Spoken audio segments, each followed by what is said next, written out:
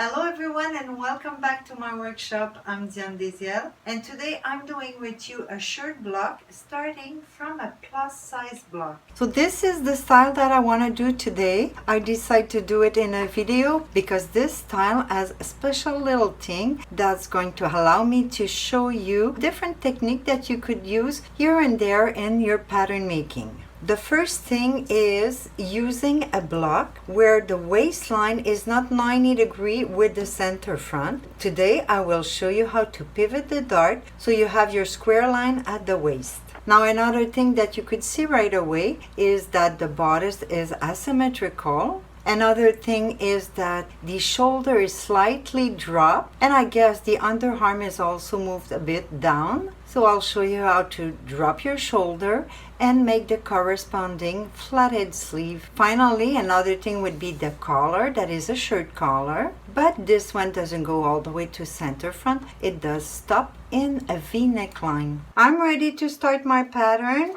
Starting from a basic block, oversized 16, and to do it I decide to place my center front on the fold of the paper. I'm going to place it more towards the top because since we're doing an elongated bodice, I'm going to need 21 centimeter more below the waist. Now that I place my block pretty much where I want to do my pattern, I just indicate a little dot at the bottom of the waist. Then I'm going to trace, placing my square right next to the fold. I'm going to trace the waist level across my paper. Now I'm going to repositionate my block, center front on the fold, waist level at the waist level, and I'm going to trace my neck and the first part of the shoulder and indicate the shoulder notch. I'm going to also indicate the first notch at the waist and the pivot. Now the important part, the question that comes very often in the comment, it's how to make the elongated block when your bodice block doesn't have a straight waistline. You're going to use your awl and place it right at the apex, then pivot your block until the point waist and side seam touch the straight line. When it's in position, you could trace, indicate the notch, trace from the waist side seam all the way up to the second notch of the shoulder dart. Now we could retrace the shoulder dart and the waist dart so we're conscious about the value of those darts. Now we're going to elongate the bodice. The measurement I'll be using today is 21 centimeter for the hip level. And when you have your measurement, you could use your square from center front and trace your line from one side to the other.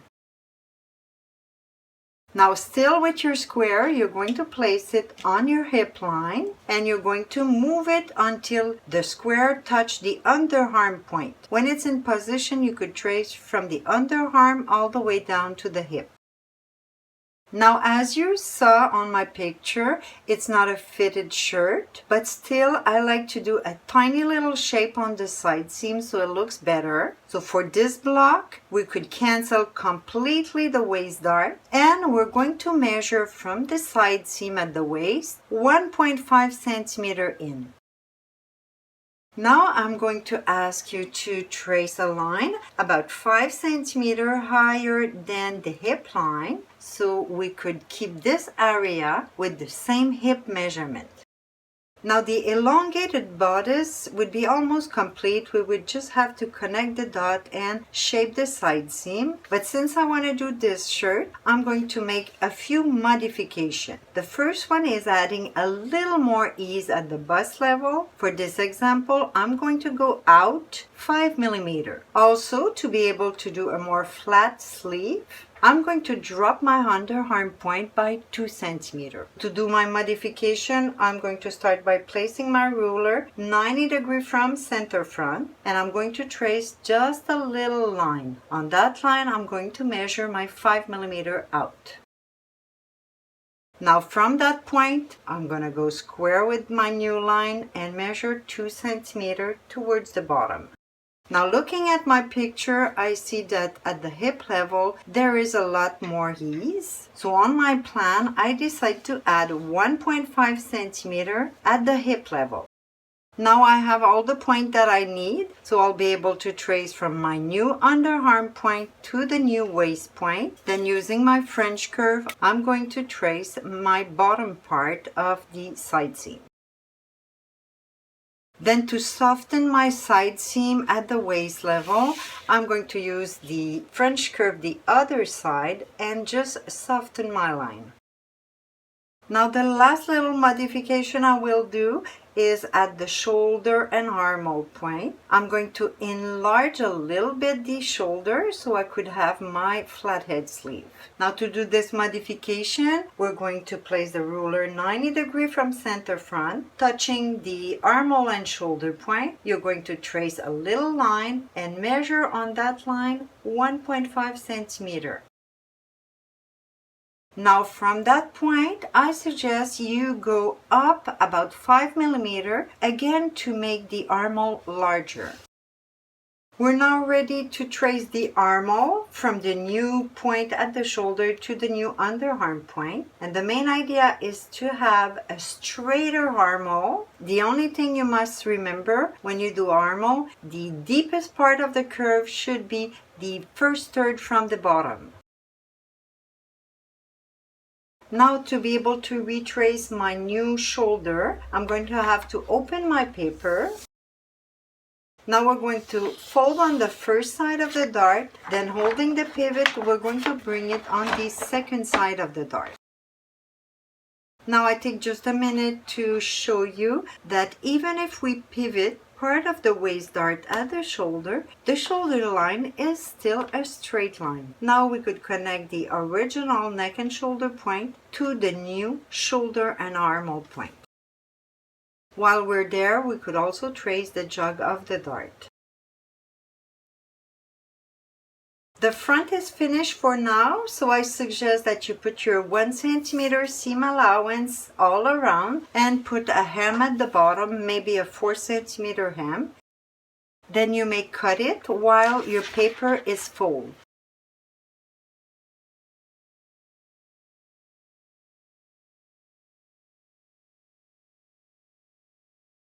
For the back, we're going to do pretty much like we did on the front. So you're going to keep more space towards the bottom than towards the top. But this time you're going to just place it. I did place it right at the edge of my paper, and I'm going to trace all around.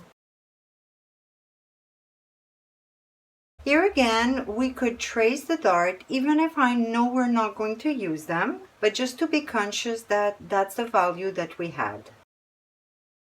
Now it is possible that on your back you have a little difference from the center back to the side seam, difference in the level. If you remember, in the front we traced the square line touching the waist and side seam point, but we had to pivot a little part of the dart to make it reach to a straight line. Now on the back, we're going to do it a little different. We're just going to square touching the side seam and waist point. Once it's in position, you're going to trace from one side to the other.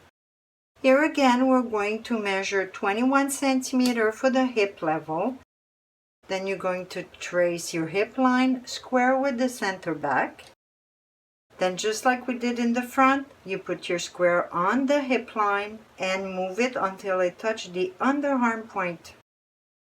Now we're going to also trace the parallel line, parallel to the hip, 5 centimeters higher. Now we're going to do all these side seam modification exactly the same way we did on the front. We will start with the underarm point that will go out 5 millimeters and down 2 centimeters. Now at the waist, we went inside 1.5 centimeters, so we'll do exactly the same thing. Then at the hip level, we went out for about 1.5 centimeters.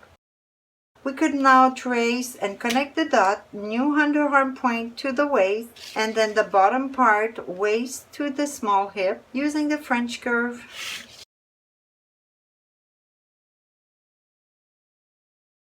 Now the last modification we have to do is to move the shoulder and armhole point. Just like we did for the front, we're going to trace square from center back, touching this point.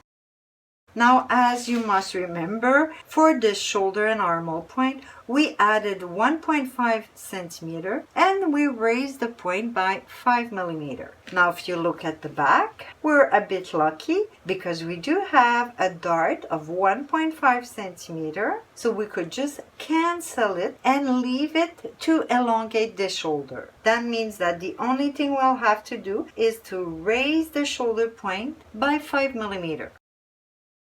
Now to trace the back shoulder, you're going to have to connect the neck point to the new shoulder and armhole point. And I suggest you do it with the French curve, so you keep a little curve that gives extra fabric in the length and it will give you a better fit for the back.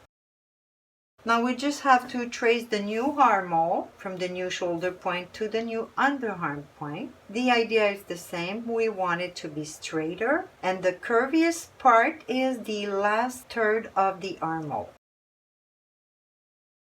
I do a little comeback on the front bodice just so you could cancel the waist dart for the front.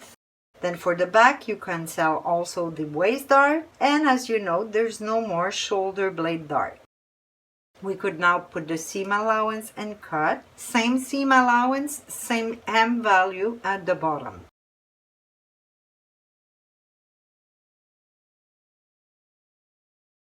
That's it, the block for the new shirt is finished and I will come back soon to complete the pattern of that blouse. That's it for today. I hope you enjoy. Thanks for watching and I see you next time.